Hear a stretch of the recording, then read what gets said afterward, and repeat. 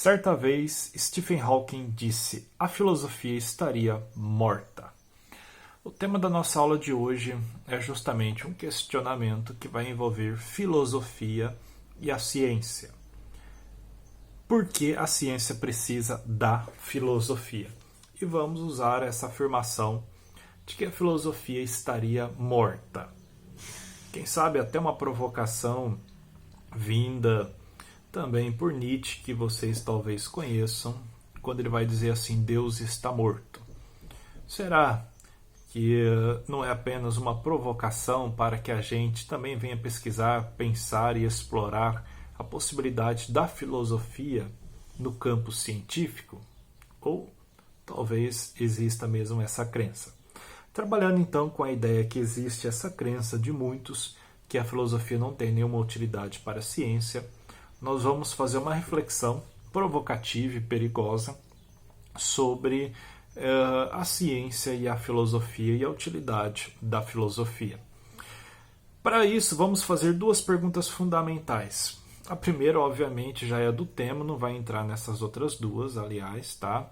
Porque a ciência precisa da filosofia, mas eu quero fazer mais outras duas perguntas para vocês pensarem, refletirem e se questionarem aí na casa de vocês. Seria possível a ciência prosperar sem a filosofia? Olha bem, pensa bem sobre isso. Seria possível a ciência prosperar sem a filosofia? Talvez seria perigoso, mas eu quero que vocês reflitam sobre isso. Não precisa mandar nada escrito, apenas pensar. A segunda pergunta: a filosofia, por acaso, perdeu sua utilidade para a ciência? São duas perguntas filosóficas que vale a pena a gente refletir, pensar e também se autoprovocar sobre isso.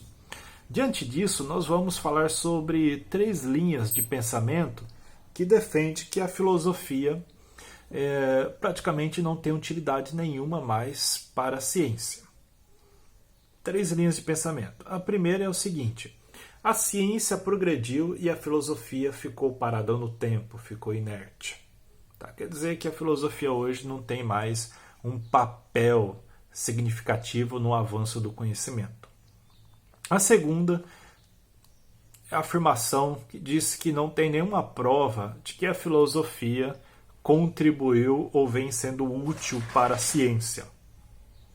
Provocativa também. E a terceira: a filosofia e a ciência tratam aí de objetos, de coisas distintas, diferentes. Essas três argumentações tentam aí fazer com que a filosofia e a ciência venham a ter uma separação e a ciência venha a caminhar sem o uso da filosofia. Mas dá para a gente pensar sobre essas três provocações fazendo a reflexão de cada uma delas. Primeiramente, a ciência progrediu e a filosofia ficou parada no tempo. Obviamente isso é uma mentira. Por quê? É fácil de entender. A ciência só vai progredir porque existiu primeiramente o questionamento filosófico que vai dar um objeto para a própria ciência, que vai fazer com que a ciência se movimente, que vai fazer com que a ciência venha buscar aí novos avanços. Tá? Um exemplo muito claro disso é a questão da bioética hoje em dia. Hoje, várias empresas tentam trazer, por exemplo, defensivos agrícolas que sejam menos prejudicial à saúde humana, ao meio ambiente e assim por diante. Nós chamamos isso de bioética, que é um campo de estudo da filosofia. Olha bem como a filosofia está tão avançada que já está provocando a ciência para criar aí novas fórmulas, novos defensivos agrícolas, que vai ajudar na qualidade de vida. Entendeu? Então, como é que alguns podem afirmar que a filosofia praticamente está parada no tempo? Não tem nem como, ela avança constantemente. A segunda argumentação de que não existem provas de que a filosofia e a ciência, ou de que a filosofia ela tem uma utilidade para a ciência, é uma besteira sem tamanho também. Por quê? Porque basta vocês recordarem aí do átomo e vocês vão ver que o átomo foi pensado há 2.500 anos atrás, antes mesmo de ser descoberto, tá? Essa partícula, de ser descoberta essa divisão e assim por diante. Ou seja, foi descoberto por Demócrito, tá bom? Que já, na verdade não é nem descoberto, já tinha uma especulação, uma teoria da existência desse átomo, muito antes mesmo da ciência ter até nascido, para vocês verem como a especulação filosófica vai bem além daquilo que a gente tem ideia. Então começou na especulação, tá? E vai provocar no futuro uma investigação. Essa investigação é aqui que está justamente a filosofia. Aqui a filosofia está falando assim, ó ciência, vai lá, investiga, descobre isso. Ó cientista, tenta dizer aí como funciona o corpo humano, como funciona a natureza, como funcionam as coisas, como funciona a existência. Nós precisamos buscar respostas. Tá vendo? É aqui que a filosofia entra e é ali que a ciência entra. Tá? A terceira e última pergunta, aliás, pergunta nada, questionamento, indagação contra a utilidade da filosofia para a ciência. Ao dizer que filosofia e ciência vão tratar aí de objetos, de coisas distintas. Claro que não, obviamente. A filosofia vai oferecer para a ciência a indagação, o conhecimento, a base teórica. Para quê? Para que a ciência possa transformar isso em prática. Entendeu? A ciência prática e a filosofia está na linha do pensamento? É praticamente isso. Porém, a ciência sem o pensamento, sem a reflexão, a ciência sem a argumentação, ela vai ser uma ciência vazia. Tá? Um médico ele vai saber a lei da prática, em lidar com o corpo humano, com uma ferida e assim por diante.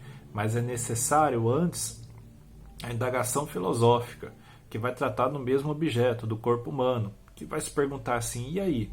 Esse corpo ele tem um valor, essa existência tem um significado, essa existência tem uma importância, ou eu posso tratar essa existência aqui de qualquer jeito? Beleza? Então são reflexões aí que servem para a gente pensar justamente a utilidade da filosofia no campo científico.